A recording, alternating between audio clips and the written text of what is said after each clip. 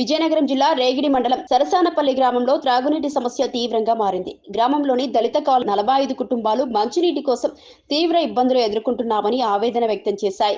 ఈ మేరకు గ్రామ సచివాలయం ముందు దళిత కుటుంబాలు ఆందోళన వ్యక్తం చేస్తూ తమ గోడును మీడియా ముందు వెల్లడించాయి. గత 2 వారాలుగా త్రాగునీటి సరఫరా సరిగా లేకపోవడంతో రోజువారీ అవసరాలకు కూడా నీరు దొరకని పరిస్థితి నెలకొందని వారు చెప్పారు. దూర ప్రాంతాల నుంచి నీటిని తెచ్చుకోవాల్సి వస్తోందని, వృద్ధులు, మహిళలు, చిన్నారులు తీవ్రంగా ఇబ్బంది పడుతున్నారని తెలిపారు. అధికారులకు పలుమార్లు ఫిర్యాదు చేసిన సమస్య పరిష్కారం కాలేదని వాపోయారు.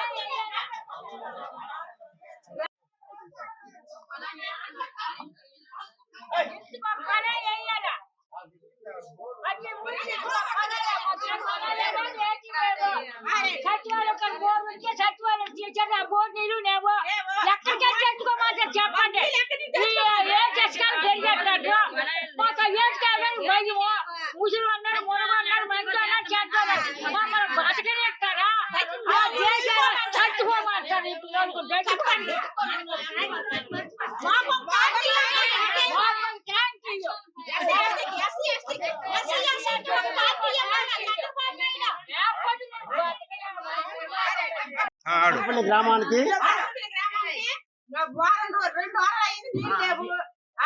సచివాలయం కొట్టి కంప్లైంట్ అంటారు. అలాగే అనేస్తారు.